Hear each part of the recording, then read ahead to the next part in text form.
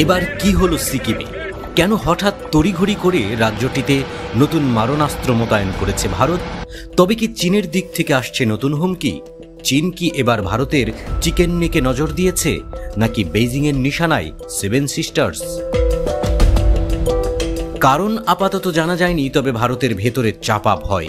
কোনোভাবেই দিল্লি সুস্থভাবে স্থির দাঁড়াতে পারছে না। কদিন আগেই ভারতের সেনাপ্রধান বলেছিলেন চীন ও পাকিস্তান যে কোনো সময় ভারতে আক্রমণ করতে পারে, তাই সব সময় প্রস্তুত থাকতে হবে। সেই শঙ্কা থেকেই কি সিকিমে এমন উত্তেজনা? তাড়াহুড়ো করে পাঠানো হচ্ছে সেনা। ভারতীয় সংবাদ মাধ্যমে জানানো হয়েছে ভারত তার সীমান্ত নিরাপত্তা আরও জোরদার করতে সিকিমে vehicle mounted infantry mortar system মোতায়েন করেছে।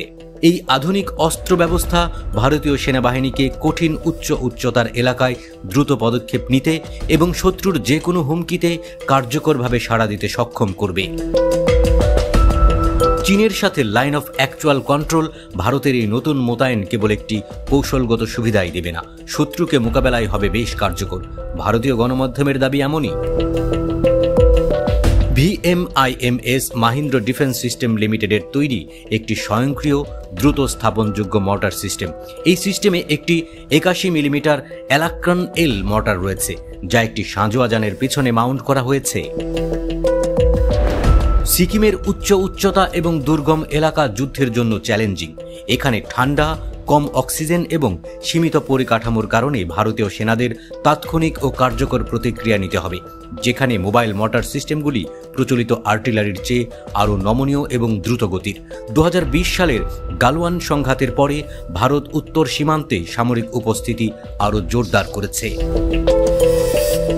চীনের সাথে বর্তমানে বাড়তে থাকা উত্তেজনার পরিপ্রেক্ষিতে ভারতীয় সেনাবাহিনীকে দ্রুত আক্রমণ এবং প্রতিরক্ষা সক্ষমতা বাড়াতে হচ্ছে।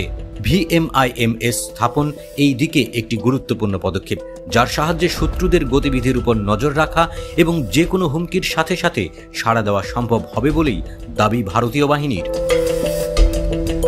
কেবল অস্ত্র মোতায়েন নয়, সিকিমে পর্যটন চলাচলেও বিশেষ বিধিনিষেধ জারি করেছে ভারত সরকার। এই পরিস্থিতিতে সিকিমে থমথমে অবস্থা। কখন কি ঘটে তা অনুমান করাই কঠিন হয়ে পড়ছে।